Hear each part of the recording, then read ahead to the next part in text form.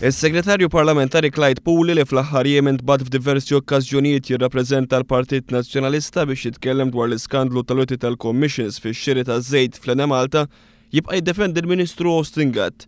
Fi kliemu Austin Gatt ma ħeba xejn dwar l-iskandlu tax-xiri taż-żejt fl-Enemalta. Il-Ministru ma ħeba xejn, il-Ministru meta kellu xi ħaġa mar għand il-Pulizija ta' dikjarazzjoni għand il-Pulizija. Skont Puli Austin Gatt m'għandux xerfa responsabilità politika dwar dan l-iskandlu.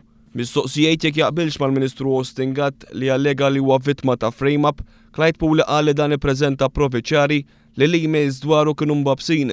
Dan meta fil-verità fil-konferenza tal-aħbarijiet indirizzata minn Austin Gatt tliet ġimgħat u nofs wara li faqqa l-iskandlu, il-ġurnalisti li ppubblikaw l-emails taw spjegazzjonijiet ċari.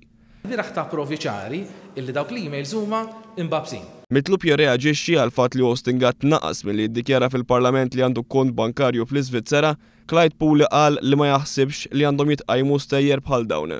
Ma naħsibx li għandna wieħed għalfejn qajjem stejjer bħal dawk.